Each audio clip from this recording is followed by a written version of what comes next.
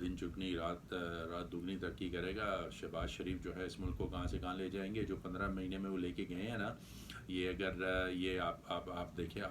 اب یہ پیٹرول کی, یہ جب عمران کے زمانے پیٹرول کی قیمت بڑھتی تھی, یہ کہتے تھے کہ جی یہ چور ہے اور یہ ہے, اور انہوں نے پیٹرول بم گرا دی. اور اب خود یہ قیمت پیٹرول کی انہوں نے جتنی بڑھائی ہے عوام کے مفاد میں, عوام کے مفاد میں آپ نے پیٹرول کی قیمت بڑھائی ہے. بغیر تو اگر عوام کا مفاد آپ کو عزیز ہو تو یہ جو آپ نے اشرفیہ کو, یہ جو آپ نے جرنیلوں کو, یہ جو آپ نے یہ جتنے سول سروینٹ ہیں, یہ جو بیوروکریٹس ہیں, یہ جو آپ کے ایم این ایز ہیں, ایم پی ایز ہیں, یہ سیاستدان, ان کو جو آپ نے ہزاروں لیٹر پیٹرول کی ایک سہولت دی ہوئی ہے, یہ آپ ختم کریں.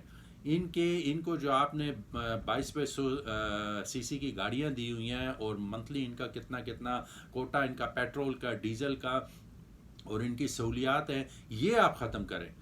یہ پاکستان میں الٹی گنگا بہ رہی ہے, جبھی تو ہمارا یہ حال ہے. آپ دنیا میں کہیں بھی نہیں دیکھیں گے کہ جو ایلیٹ طبقہ ہے, جن کے پاس جو بیوروکریٹس ہیں, یا جو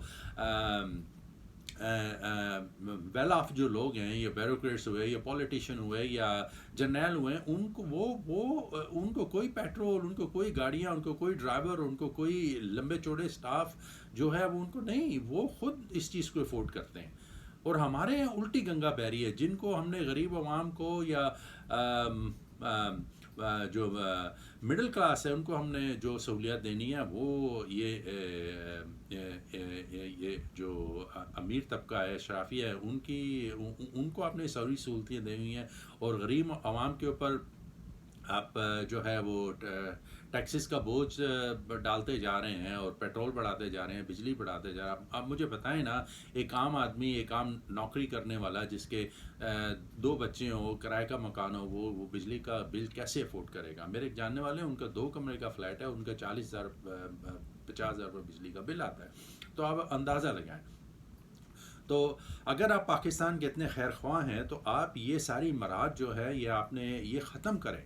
سمجھ گئے؟ یہ آپ یہ مراد ختم کریں گے تو اربوں روپے کا آپ کو سالانہ آپ کو بچت ہوگی. یہ جو پروٹوکول آپ دیتے ہیں, ایک جج جا رہا ہے, یا ایک پولیٹیشین جا رہا ہے, یا ایک جنرل جا رہا ہے, اس کے پیچھے پوری فوج پروٹوکول کی جا رہی ہے, یہ عیاشیاں آپ ختم کریں.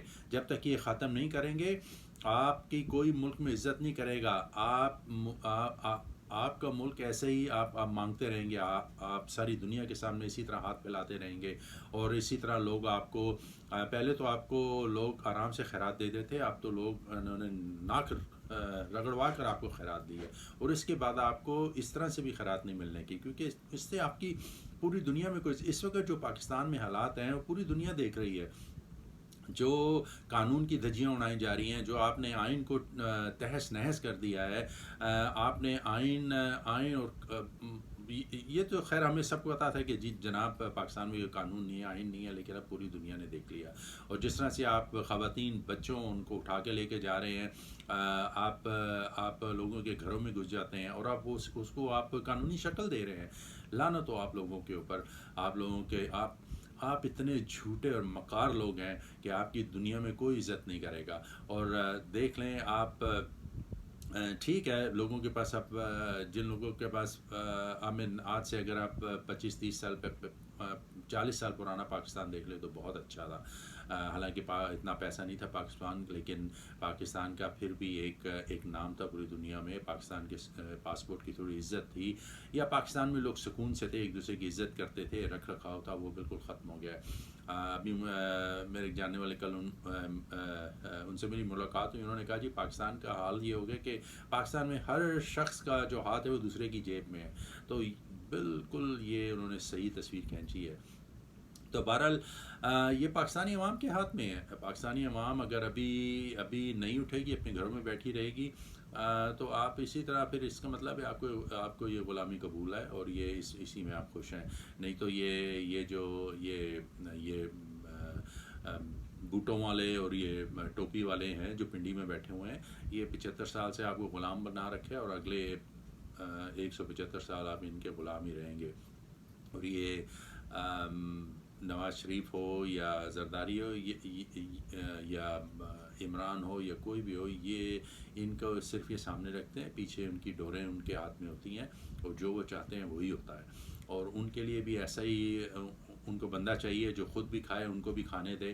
ان کو عمران جیسا بندہ نہیں چاہیے کہ جو نہ خود کھائے اور نہ ان کو کھانے دے. تو اسی لیے اسی چیز کا جو ہے وہ سارے کا سارا مسئلہ ہے. نہیں تو ان کو بھی پتہ ہے کہ ایماندار کون ہے اور ڈس آنیسٹ کون ہے، اور اس ملک کے ساتھ کون جو خیر خواہ ہے اس ملک کا اور کون نہیں ہے، کس کی جائیداد پاکستان میں اور کس کی جائیداد پاکستان سے باہر ہے. پاکستانی عوام کس کو چاہتے ہیں اور کس کو، ان کو بخوبی علم ہے. لیکن بات صرف وہ ان کی ہے کہ یہ اپنی ان کو جو ڈالر مل رہے ہیں نا پچھلے 75 سال سے، یہ اس کو بند نہیں ہونے چاہتے، یہ بند نہیں کرنا چاہتے. تو بہرحال میں آ کر پھر کہوں گا کہ اگر ان عدالتوں سے آپ کو کوئی امید ہے کہ عدالتیں کچھ کریں گی، تو مجھے ان عدالتوں سے کوئی امید نہیں ہے. کیونکہ ان عدالتوں کا تو ہم نے دیکھ لیا جب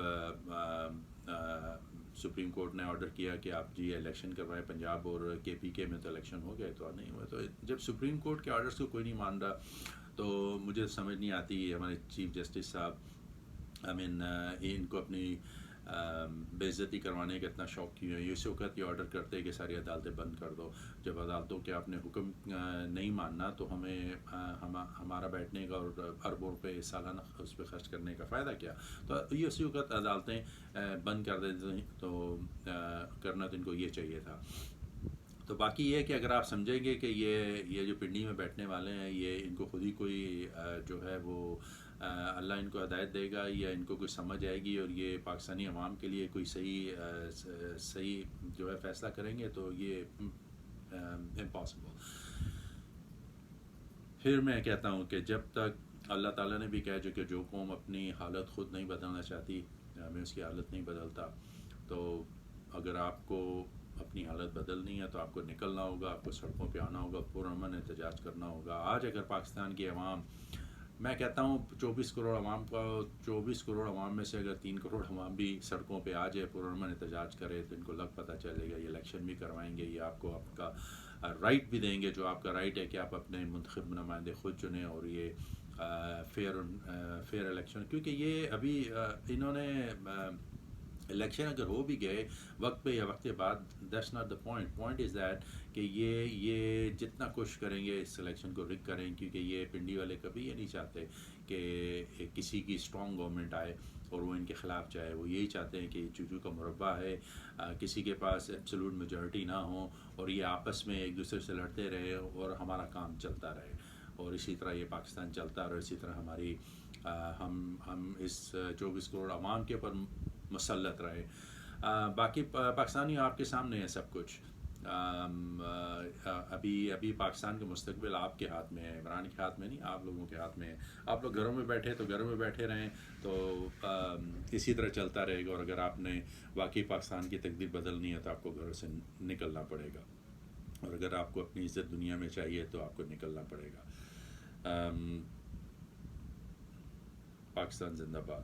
بس میں نے یہی کچھ کہنا تھا پاکستانیوں سے. خدا حافظ.